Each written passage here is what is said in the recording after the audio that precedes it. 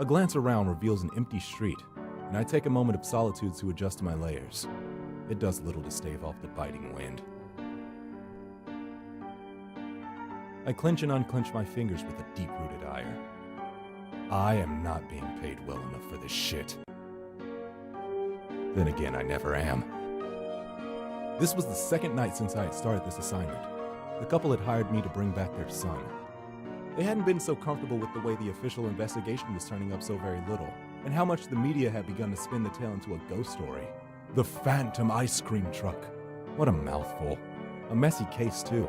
The police's initial involvement had been straightforward. The first child had fell off the map like the earth had swallowed him whole. Right off the street, according to witnesses. No one saw a thing. No reliable witness heard anything either. No unfamiliar cars or people. No unfamiliar sounds. One moment he was in front of his parents' home, the next he was gone. Strange, but there could be plenty explanations for such an incident. Very mundane ones. Such explanations became more unlikely when every child in the neighborhood reported hearing ice cream truck music right around the time of the disappearance. Of course, without a single adult able to corroborate this mysterious music, the children's testimony was quickly dismissed. Still creepy, right? And oh so mysterious. Even more so when it happened again, then a third time. It was the third parents who hired me. I never really figured out how my clients find me. It's not like I list my number anywhere or advertise, but somehow word of mouth leads to my phone ringing, and a familiar phrase to indicate it's for business. Ya, ya, Fatan. I seek a pact with that which should not be. I know, it's a little trippy. It's from a book I had read back in college. A friend came up with the joke as his invocation of my aid. He must have used it dozens of times when we were younger, typically for a ride when he had been out drinking. I had become so used to it that when I first answered the phone and heard an unfamiliar voice say the phrase, I just kind of went with it. The next time it was the same, and then it became common. Where are you? We live in Losterfield, Maine. I know it's a long way from where I heard about you, but can you help us? Will you pay the price? We will pay anything if you can bring back our son. The deal is struck. And with that, I called in sick to work. Told them I had the flu and would need a few days off. I was given shit about not getting my flu shot, but they didn't hassle me too much. That evening, I was on a plane.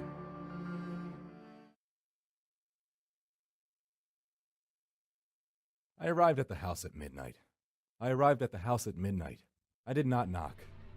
After all, it was important to keep up appearances. The window to the left was latched, but the right slid up easily. I found the boys' room first and gave it a once-over. Legos, Ben 10 toys, and Star Wars paraphernalia littered the floors and walls. A quick once-over revealed nothing useful, though. I sat on the foot of the bed for almost 10 minutes before one of them stirred. Oh my god! Normal reaction. I turn around slowly. I return for what has been lost. From you, I need 2 items. I need a photo and an article of clothing.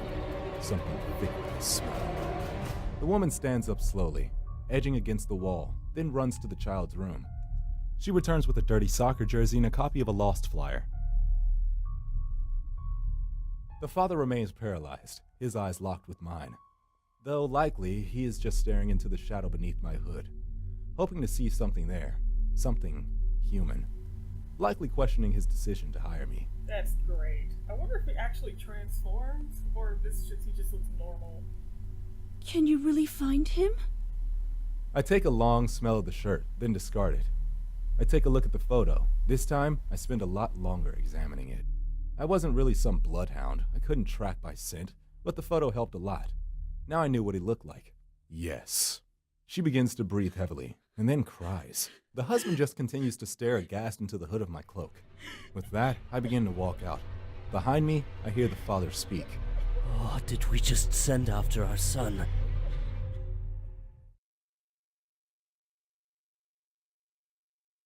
The first night had been uneventful.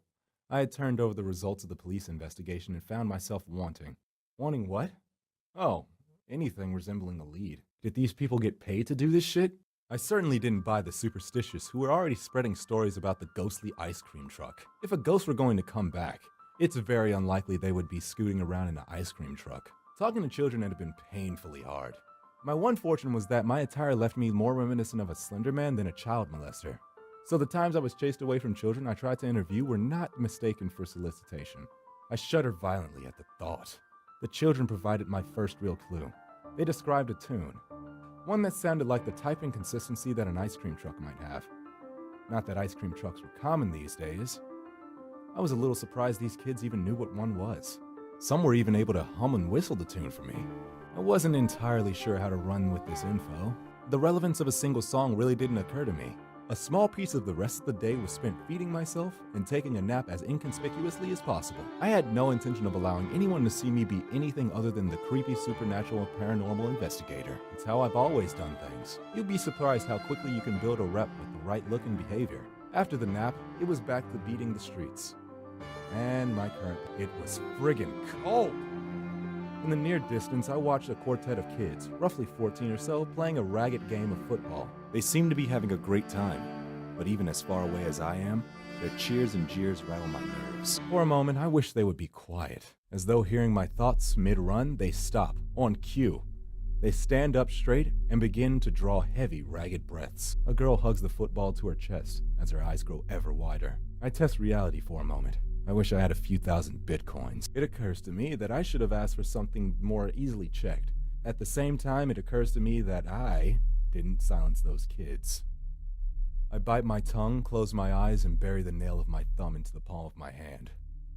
I dig in as hard as I can, drawing blood as my vision blares with the colors behind my eyelids. And then, I hear it. The song playing on a pair of shitty speakers.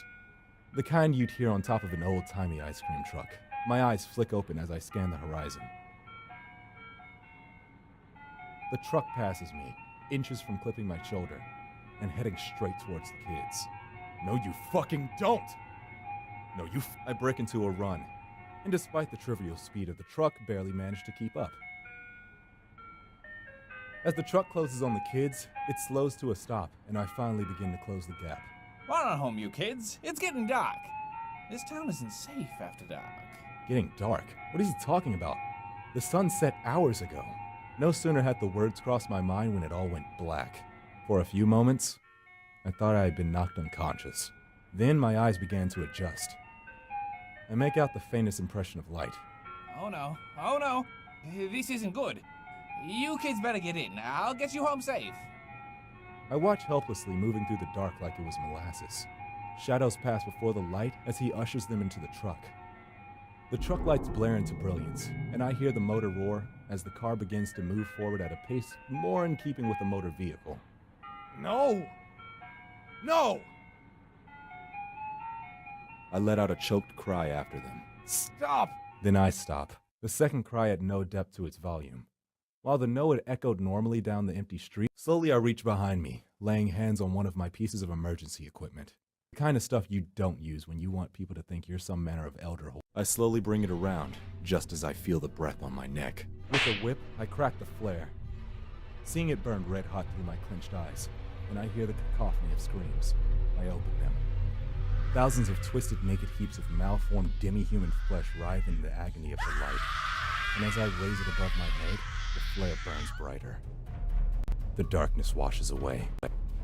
I wheel around in place, but find myself alone back in the street. In the middle of the day, I drop the flare and try futilely. My little display has drawn an audience. Well, I merely... But you can still get him. I nod. But it's been over a week since you started I still couldn't wrap my mind around how much time had passed in the darkness. He will be fine. Time does not pass normally where he is. You know where he is? I nod. I'm going there tonight to get him back. They start crying. I'm not really sure what to do at this point, so I stand there, awkwardly, hoping that my layers give me more of the appearance of stoicism than an awkward penguin. Apparently it works. Thank you. Thank you. Thank you so much. Thank you. I leave the building as they both chant thank you, like it was some kind of prayer.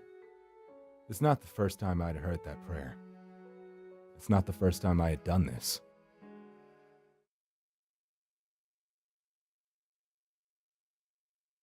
I'm ready this time as night falls. I withdraw a small shot and without hesitation jam it into my arm. Viper venom. I had a friend back home who kept one as a pet. Weird kid. Milks the things. Sells the venom, mostly to medical facilities. Occasionally he sells it to me. My knees nearly buckle as the burning begins to creep through my arm. I stifle a scream. Then I hear it, and everything clicks. I let out a long sigh and stand up, adjusting my layers. I turn my eyes to fall upon the approaching truck. My hand goes behind my back and my fingers close. I train the gun on the truck and unload a triad of shots into the ghost truck. The engine sputters, the grating burns, melting away, and the music screams in protest. What do you think you're doing? An escapee from an Andy Warhol painting stutters, stepping awkwardly from the vehicle. It's getting dark. I have to protect the children. Only one thing may not exist. You and that which you fear must cease to be. But the children... The darkness falls upon me. With such force, I stagger. I lose my grip and the gun disappears, searing into the shifting mass of flesh. My hand goes behind my back, and my grip closes around a rough-hewn blade, forged of obsidian and steel. And as I carve outwards, I hear the screams of all the lost children, unwilling to accept their fate, and swallowed by the darkness. Flesh tatters as I carve, burning away like paper, until finally, I lay into the man. No, you don't understand. I was just trying to... The cacophony resounds as the children who lost themselves in the darkness writhe, and I go about my work of freeing them all, just as I had freed this man.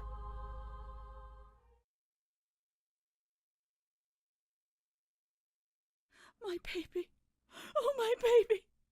It's okay. Everyone's okay. No, not everyone. They're all dead. Everyone died. 7 kids lost here. And I got back all of them. I wonder how many I actually freed. How many had he trapped in his nightmare? And what the hell was he so afraid of in that darkness? And most importantly, why did he ultimately abandon them to it? I don't know how to thank you. After a week of not hearing from you, I'd feared for the worst. A month after that... His eyes fall to his wife, still babying the boy, who won't stop staring off into the distance. She had faith, though. She said that you were an angel, or maybe a demon. She didn't care. She believed in you. Some nights after she had said her Hail Marys, I would see her put her hands together, and I would hear her. She prayed to you. I was almost flattered, but to tell the truth, the idea of someone believing so much in me, in praying to me, it was terrifying. I want you to know, I'm willing to pay more than whatever your normal fee is. We've been living with a tight belt since I called you, and I won't lie and say I don't do well for myself. I have more than enough saved up to pay you anything we could ask. Or, if there's something else you want, there's nothing I can offer you that means more to me than my son. I let out a long sigh. I reach up to my hood and pull it back. Both of them gasp, stepping back and then cocking eyebrows in unison, having perhaps expected something more. After having been gone for 2 months, I could really use a job.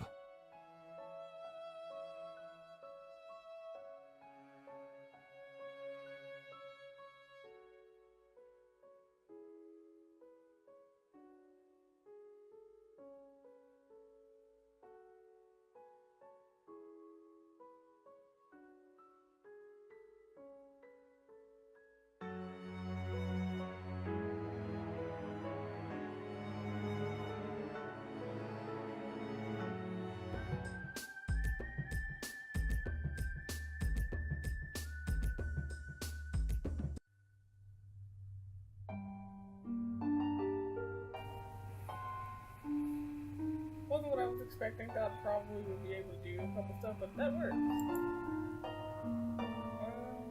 What's this?